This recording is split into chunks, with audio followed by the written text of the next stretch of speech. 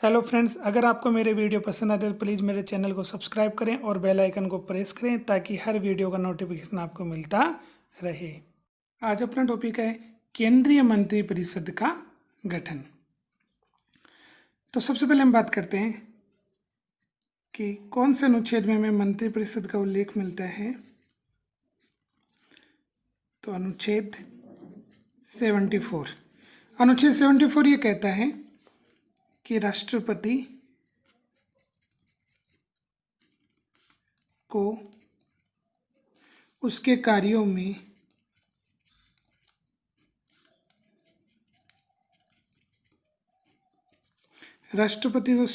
में सलाह देने के लिए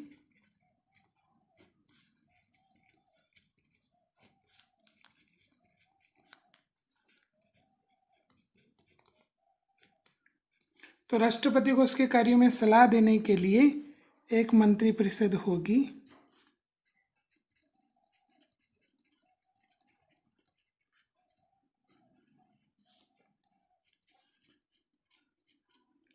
एक मंत्रिपरिषद होगी जिसका मुखिया या अध्यक्ष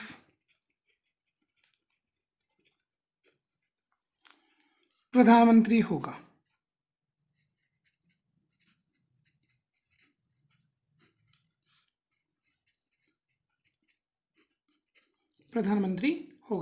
तो इस प्रकार से हमें मंत्रिपरिषद का उल्लेख मिलता है अनुच्छेद 74 में। तो राष्ट्रपति को उसके कार्यों में सलाह देने के लिए एक मंत्रिपरिषद के निर्माण की बात कही गई है और इस मंत्रिपरिषद का जो मुखिया होगा, जो सर्वे सर्वा होगा, वो कौन होगा? प्रधानमंत्री। अब हम बात कर लेते हैं केंद्रीय मंत्रिपरिषद का गठन। तो अपने यहाँ पर संसदीय शासन व्यवस्था को अपनाया गया है जिसमें केंद्र में मंत्रिपरिषद होती है, ऐसे राज्य में भी क्या होती है? मंत्रिपरिषद। तो इसको कुछ बिंदुओं के माध्यम से हम पढ़ते हैं। सबसे पहले बात करते हैं प्रधानमंत्री की नियुक्ति।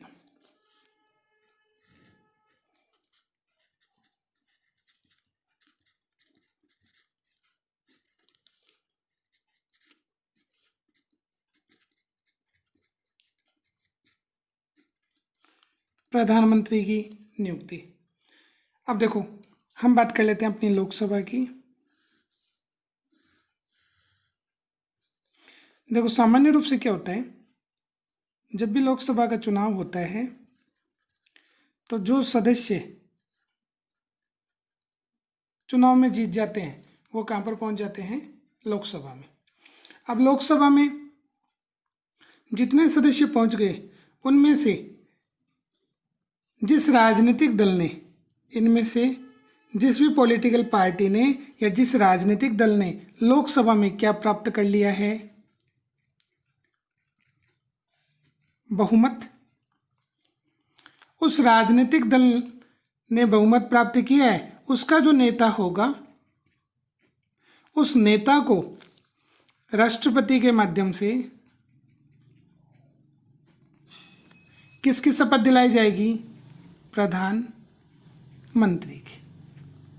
ठीक है, तो राष्ट्रपति प्रधानमंत्री की शपथ दिलाएंगे उस व्यक्ति को जो लोकसभा में बहुमत दल का क्या होगा? नेता। अब बात करते हैं प्रधानमंत्री की नियुक्ति कौन करेगा। तो संविधान का अनुच्छेद आता है 75। तो अनुच्छेद 75 ये कहता है कि प्रधानमंत्री की नियुक्ति कौन करेगा?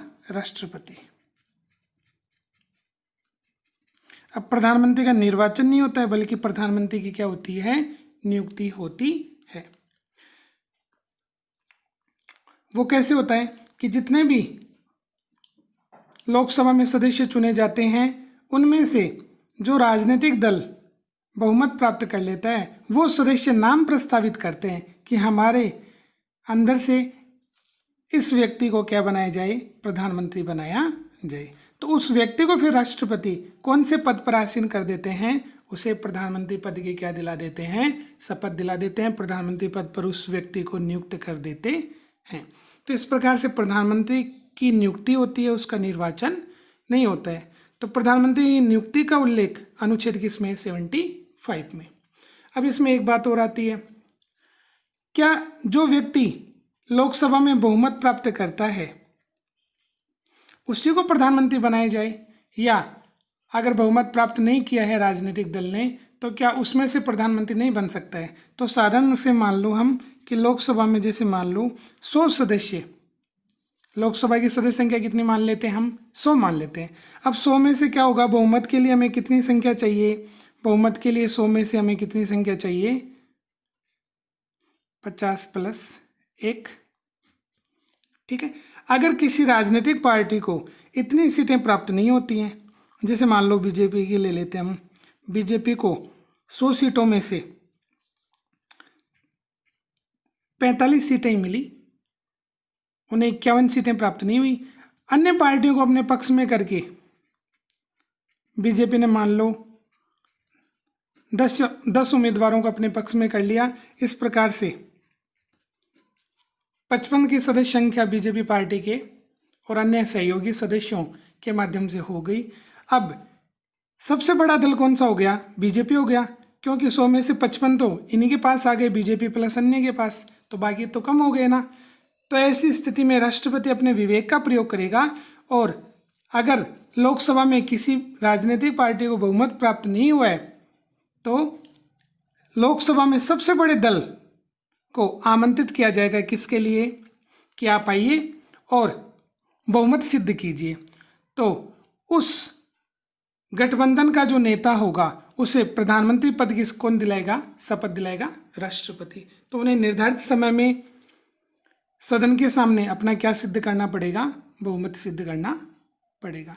तो इस प्रकार से या तो स्पष्ट बहुमत हो जाए, या फिर लोकसभा में सबसे बड़ी पार्टी का जो नेता होगा उसे प्रधानमंत्री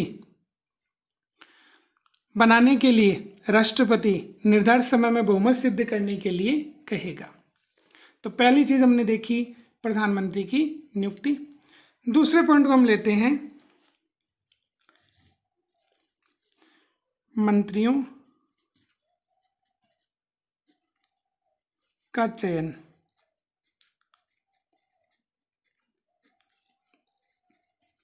मंत्रियों का चयन, इसको भी वैसे ही हम डायग्राम से पढ़ेंगे। चलो हम बात कर लेते हैं। देखो कि ये लोकसभा है, और लोकसभा में जो सदस्य जीत गए वो लोकसभा में आकर के बैठ जाते हैं। इनमें से मान लो ये जो सदस्य हैं ये किसके हैं? बीजेपी। तो वर्तमान में बीजेपी की सरकार है। तो मान लो लोकसभा में से ये सदस्य कौन सी पार्टी से जीत गए हैं? बीजेपी पार्टी से जीत गए। अब होगा क्या, इस बीजेपी पार्टी के जो सदस्य हैं इनमें से ही चुना जाएगा किसके लिए? सरकार के लिए। तो इनमें से एक तो नेता बन जाएगा, जो तो बन जाएगा प्रधानमंत्री। अब प्रधानमंत्री को चुनने के बाद में प्रधानमंत्री का सबसे पहले काम होगा कि अपनी पार्टी के जितने भी सदस्य हैं, ठीक है, उनमें से चुनना कि किस किस व्यक्ति को मंत्री बनाया जाए। तो प्रधानमंत्री अपनी पार्टी में से चुन लेगा कि मुझे इस व्यक्ति को मंत्री बनाना है। अगर मान लो प्रधानमंत्री को बहुमत प्राप्त नहीं है तो अन्य दल के सदस्य भी प्रधानमंत्री से जुड़े रहेंगे, तो उन अन्य पार्टी के व्यक्तियों में से भी प्रधानमंत्री चुन लेगा कि मुझे इन व्यक्तियों को क्या बनाना है? मंत्री बनाना है। तो प्रधानमंत्री की सलाह पर, किसकी सलाह पर? प्रधानमंत्री की सलाह पर राष्ट्रपति अन्य मंत्रियों की क्या करते हैं? नियुक्ति करते हैं। तो आप इसे चयन बोल दो या नियुक्ति बोल दें, एक ही बात है। तो पहले तो आएंगे प्रधानमंत्री, और प्रधानमंत्री के आने के बाद में प्रधानमंत्री की सलाह पर अन्य मंत्रियों को, प्रधानमंत्री की क्या होगी? सलाह है, और प्रधानमंत्री की सलाह पर अन्य मंत्रियों को राष्ट्रपति क्या चुनेंगे? मंत्री चुनेंगे। अब मंत्री चुनने के बाद में अगला सिस्टम हो जाएगा अपना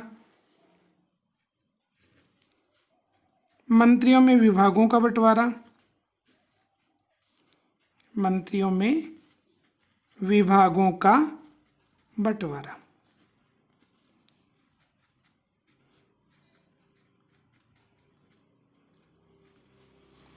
मंत्रियों में विभागों का बंटवारा। तो तीसरे बिंदु की हम बात करें, जितने भी मंत्री यहाँ पर चुने गए हैं उनको चुनने के बाद में उन्हें कोई ना कोई क्या दिया जाएगा, पद, ताकि वो मंत्री क्या कर सके, कार्य कर सके। ठीक है, तो मंत्री तो चुन लिया गया है, अब उन्हें पद का मतलब किससे है, विभाग से, कि इन मंत्रियों को कोई ना कोई क्या दिया जाएगा, विभाग दिया जाएगा, ताकि उस विभाग के कार्यों को वो मंत्री कर सके। तो सरकार का मुख्य काम होता है कानून बनाना, विभागों संबंधित कार्यों को करना। तो यहाँ पर सरकार में जिन जिन व्यक्तियों को मंत्री चुना जाता है उन मंत्रियों को क्या दिया जाता है, विभाग दिया जाता है। अब विभागों का भी आवंटन कैसे किया जाता है, वही प्रधानमंत्री की क्या होगी, सलाह, और उस प्रधानमंत्री की सलाह के आधार पर राष्ट्रपति जो हैं वो मंत्रियों को क्या प्रदान करते हैं, विभाग प्रदान करते हैं। अगर प्रधानमंत्री को लगता है कि जिस मंत्री को उन्होंने जो विभाग दिया है वो उसके कार्यों को सही ढंग से नहीं कर पा रहे हैं, तो विभागों में प्रधानमंत्री क्या करवा सकते हैं, परिवर्तन भी करवा सकते हैं। जरूरी नहीं कि एक बार जिस व्यक्ति को, जिस मंत्री को जो विभाग दे दिया वो विभाग 5 साल तक उसी व्यक्ति के पास रहेगा, ऐसा नहीं है। प्रधानमंत्री विभाग आवंटित भी करवाते हैं, विभागों में परिवर्तन भी कर सकते हैं।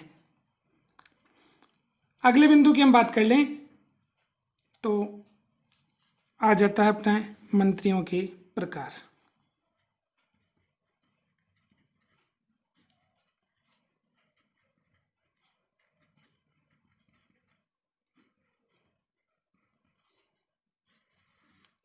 मंत्रियों के प्रकार। अब देखो, मंत्रिपरिषद की बात कर लेते हैं।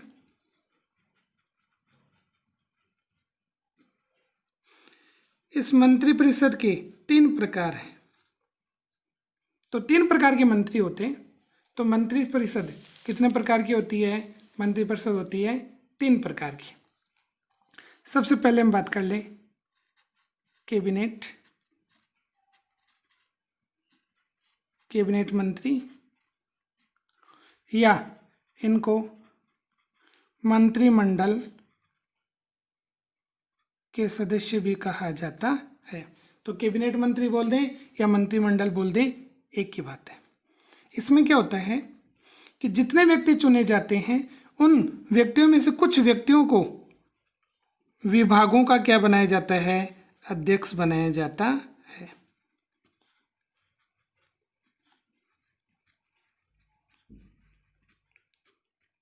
जैसे एग्जाम्पल की बात कर ले हम, गृह, गृह क्या है, विभाग, रक्षा है, रक्षा क्या है, विभाग, वित्त, वित्त क्या है, विभाग। तो इस प्रकार से हम बात कर लें तो कैबिनेट मंत्री जिस व्यक्ति को बनाया जाएगा उन्हें कोई ना कोई क्या दिया जाएगा, विभाग दिया जाएगा। ठीक है, उस विभाग का वो क्या होगा, अध्यक्ष होगा। कहने से अभिप्राय है कि जिस व्यक्ति को, जिस मंत्री को जो विभाग मिलता है उस विभाग के संपूर्ण कार्यों की जिम्मेदारी उसी मंत्री की होती है, और उस मंत्री के कार्यों में सहयोग देने के लिए प्रशासनिक अधिकारी होते हैं। तो ये तो हो गया कैबिनेट मंत्री, जो सर्वोच्च स्थिति होती है किसमें, मंत्री परिषद में।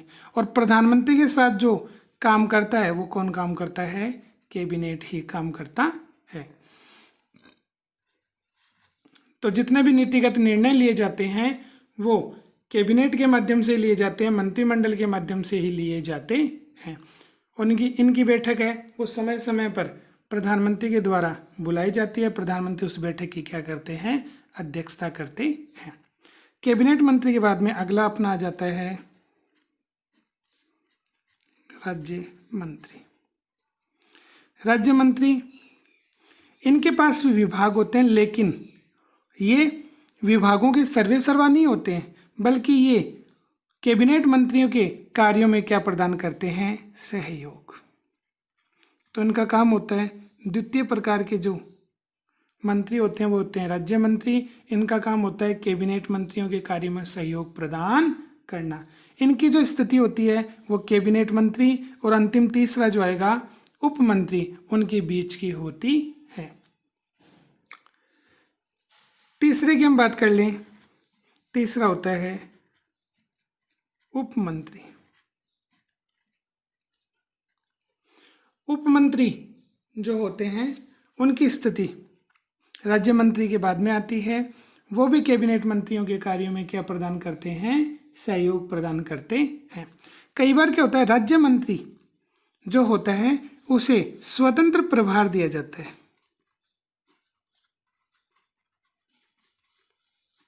स्वतंत्र प्रभार से अभिप्राय, जैसे मान लो कैबिनेट मंत्री कोई व्यक्ति है, ठीक है, उसे रक्षा का विभाग दे रखा है, किसी को गृह का विभाग दे रखा है, लेकिन मान लो वित्त विभाग है वो किसी भी कैबिनेट के सदस्य को, कैबिनेट मंत्री को प्राप्त नहीं है, तो इस प्रकार से वित्त विभाग किसी राज्य मंत्री को दे दिया। इस प्रकार से उस राज्य मंत्री के नाम के सामने होगा वित्त विभाग और स्वतंत्र प्रभार। कहने का मतलब उस राज्य मंत्री की स्थिति कैसी हो जाएगी, वित्त विभाग में कैबिनेट मंत्री के बराबर की स्थिति हो जाएगी। जब भी वित्त से संबंधित किसी निर्णय को लेकर के कैबिनेट की बैठक होगी तो जिस राज्य मंत्री को अगर वित्त विभाग मिला है वो उसकी बैठक में क्या होंगे, सम्मिलित होंगे। अन्यथा कैबिनेट या मंत्रिमंडल की बैठक में राज्य मंत्री भी भाग नहीं लेते हैं, उपमंत्री भी भाग नहीं लेते हैं। उपमंत्री का ज़्यादा कार्य नहीं है, ये भी कैबिनेट मंत्री राज्य मंत्री के कार्यों में क्या प्रदान करते हैं, सहयोग प्रदान करते हैं। इस प्रकार से मंत्रिपरिषद कितने प्रकार की होती है, 3 प्रकार की, कैबिनेट मंत्री, राज्य मंत्री और उप मंत्री। इनके अलावा एक अलग से पद होता है जिसको हम बोलते हैं संसदीय सचिव।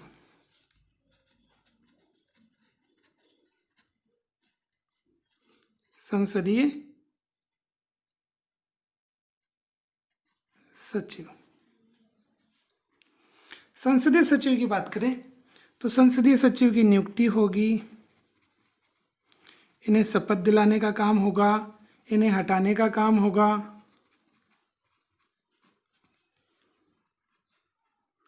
ये सभी काम किसके माध्यम से किया जाता है, प्रधानमंत्री के माध्यम से किया जाता है। अब हम बात कर लेते हैं कि संसदीय सचिव की नियुक्ति क्यों की जाती है। ये क्या होंगे, संसदीय सचिव संसद में क्या करेंगे, जिन मंत्रियों को क्या दे रखा है, विभाग। कहने का मतलब कि कैबिनेट मंत्री होंगे, उनके पास क्या होंगे, विभाग। तो संसद में इन विभागों से संबंधित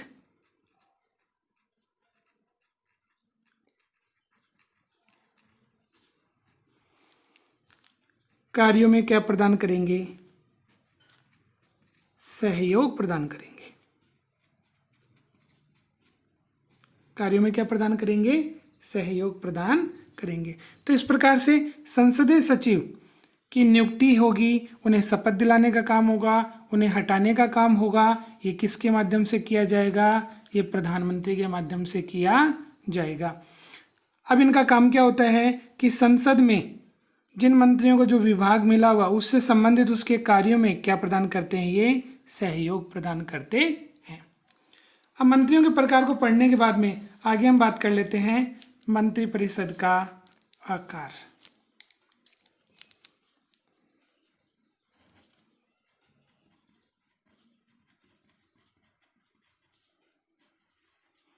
मंत्रिपरिषद का आकार।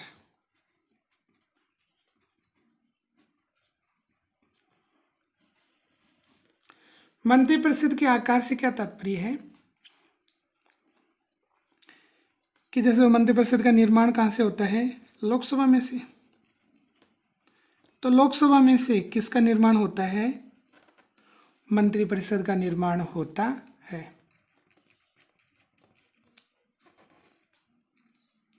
तो मंत्रिपरिषद लोकसभा में से बनी। अब इस मंत्रिपरिषद में कितने सदस्य होंगे, कितने सदस्य होंगे, ये इसके आकार को परिभाषित करता है। तो पहले तो मंत्रिपरिषद में कोई सीमा नहीं थी कि मंत्रिपरिषद में कितने सदस्य होने चाहिए। अब उसके बाद में क्या हुआ कि जब हर किसी व्यक्ति को मंत्री बनाने लगे तो मंत्रिपरिषद का आकार निरंतर क्या होने लगा, बढ़ता चला गया, निरंतर बड़ा होने लगा। तो उस पर खर्चा भी होने लगा। तो इस प्रकार से संविधान में संशोधन किया गया। कौन सा? 91वां संविधान संशोधन।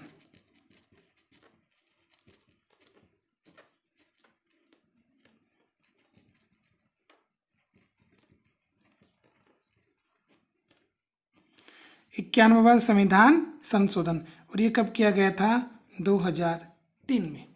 इसके माध्यम से क्या करने का प्रयास किया गया कि लोकसभा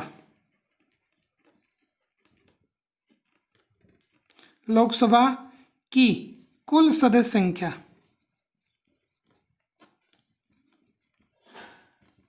लोकसभा की कुल सदस्य संख्या के 15% से अधिक नहीं होगी। इसका तात्पर्य यह हुआ कि लोकसभा में कितने सदस्य हैं, तो वर्तमान में देखो लोकसभा में कितने सदस्य हैं? 545। तो लोकसभा की कुल सदस्य संख्या के 15%, कितना प्रतिशत? 15%। उससे अधिक संख्या किसकी नहीं होनी चाहिए? मंत्रिपरिषद की नहीं होनी चाहिए। तो 545 का कितना निकालें हम? 15%। अधिक नहीं होनी चाहिए। तो देखो 81 कि अगर केंद्र में मंत्रिपरिषद के जो सदस्य होंगे, जिसमें कैबिनेट मंत्री हो गया, राज्य मंत्री हो गया, उप मंत्री हो गया, साथ में प्रधानमंत्री हो गया, तो ये सभी जो मंत्री होंगे उनकी अधिकतम सदस्य संख्या कितनी हो सकती है? 81 हो सकती है। लेकिन अगर वर्तमान की बात करें तो वर्तमान 2019 के चुनाव की हम बात करें तो ये संख्या कितनी है? प्रधानमंत्री सहित कितनी है? 58। जबकि 2014 में ये संख्या कितनी थी?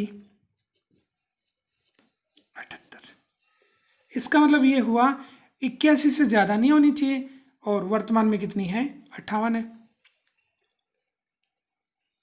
मंत्रिपरिषद के आकार को पढ़ने के बाद में हम बात कर लेते हैं किसकी? कि मंत्रिपरिषद का कार्यकाल। तो छठवां अपना पॉइंट हो जाएगा मंत्रिपरिषद का कार्यकाल।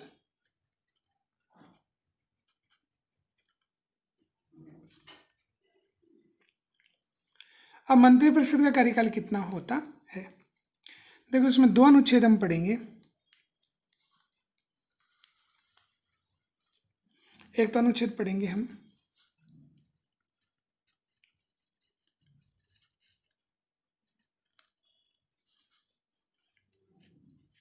75, 75 का कौन सा? दूसरा। 75 का दूसरा ये कहता है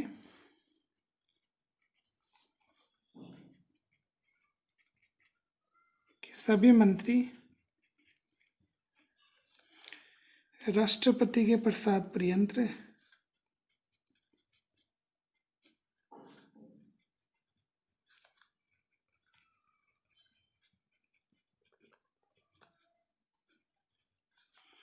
अपने पद पर कार्य करते हैं।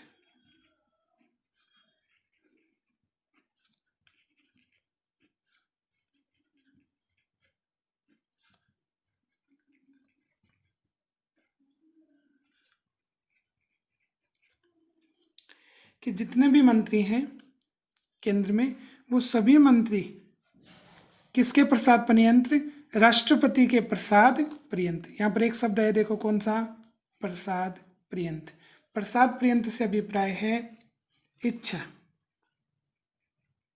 कि जब तक राष्ट्रपति चाहेंगे तब तक मंत्री अपने पद पर क्या कर सकते हैं? कार्य कर सकते हैं। ठीक है, ये तो हो गया व्यक्तिगत उत्तरदायित्व। ये कैसा उत्तरदायित्व हुआ? व्यक्तिगत।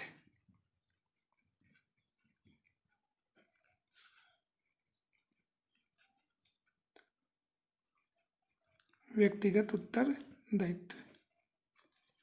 अब हम बात कर लेते हैं, एक होता है सामूहिक उत्तरदायित्व।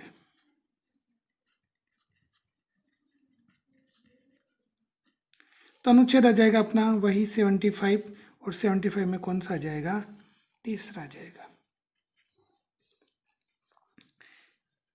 कि सभी मंत्रिपरिषद के सदस्य, सभी मंत्रिपरिषद के सदस्य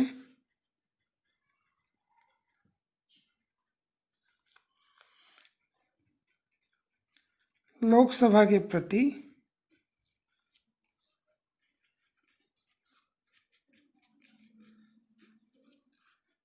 सामूहिक रूप से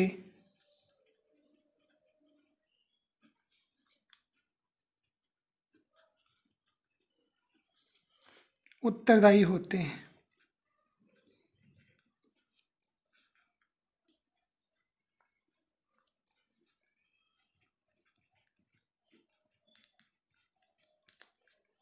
ठीक है, सामूहिक रूप से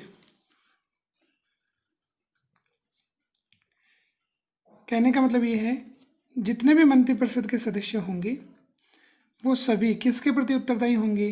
लोकसभा के प्रति उत्तरदायी होंगे। तो कई बार यहाँ से क्वेश्चन भी आता है कि मंत्रिपरिषद के सदस्य उत्तरदायी होते हैं लोकसभा के प्रति, संसद के प्रति, राष्ट्रपति के प्रति, या अन्य कोई चौथा ऑप्शन दे देगा। तो यहाँ पर आएगा कौन सा? लोकसभा। उसका कारण क्या है कि अनुच्छेद 75 का तीसरा जो है वो साफ साफ ये कह रहा है कि सभी मंत्रिपरिषद के सदस्य किसके प्रति उत्तरदायी होंगे? लोकसभा के प्रति उत्तरदायी होंगे। और ये उत्तरदायित्व कैसा होगा? सामूहिक। कि एक मंत्रिपरिषद का एक सदस्य उत्तरदायी नहीं होगा, सभी मंत्रिपरिषद के सदस्य सामूहिक रूप से उत्तरदायी होंगे। तो व्यक्तिगत उत्तरदायित्व जो है वो किसके प्रति होगा? राष्ट्रपति के प्रति होगा। और सामूहिक उत्तरदायित्व वो किसके प्रति होगा? लोकसभा के प्रति होगा। इस प्रकार से मंत्रिपरिषद का कार्यकाल ऐसा नहीं है कि 5 वर्ष होगा, ये व्यवहार में किसके प्रति डिपेंड करता है? कि लोकसभा के प्रति। ठीक है, कि लोकसभा में मंत्रिपरिषद को क्या प्राप्त है? बहुमत प्राप्त है या नहीं। अगर बहुमत है तो लोकसभा कितने साल काम कर पाएंगे? वो लोकसभा में 5 साल काम कर पाएंगे। तो एक प्रकार से बहुमत पर डिपेंड है किसका? मंत्रिपरिषद का कार्यकाल। और आज का अपना अंतिम जो पॉइंट होगा वो है नंबर 7, पद की शपथ।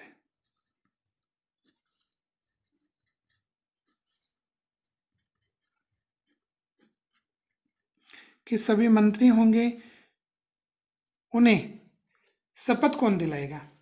तो शपथ दिलाने का काम किसका होगा? राष्ट्रपति का। मंत्रियों को शपथ कौन दिलाता है? राष्ट्रपति। राष्ट्रपति ने 2 प्रकार की शपथ दिलाते हैं, एक पद की शपथ और दूसरी गोपनीयता की शपथ। तो प्रधानमंत्री से जितने भी मंत्री होंगे उन्हें 2 प्रकार की शपथ दिलाई जाती है, एक पद की शपथ होगी और दूसरी गोपनीयता की शपथ। पद की शपथ में क्या आएगा कि वो जिस व्यक्ति को जिस पद की शपथ दिलाई जाती है वो उस पद पर रहकर के अपने कर्तव्य का भली भांति निर्वहन करे। तो यहाँ पर तो बात किसकी आ गई? कर्तव्य की। गोपनीयता का मतलब है कि संसद में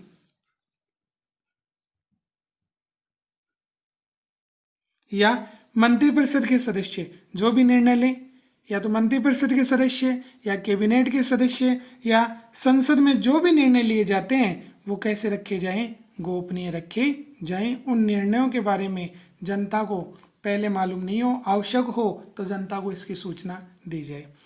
ये हो गई गोपनीयता। इस प्रकार से सभी मंत्री प्रधानमंत्री सहित पद की भी शपथ लेते हैं और गोपनीयता की भी शपथ लेते हैं। इस प्रकार से आज हमने पढ़ा कि मंत्रिपरिषद का गठन, रचना या संगठन, उसमें कौन कौन से बिंदुओं के माध्यम से इसको हम अच्छे से समझ सकते हैं।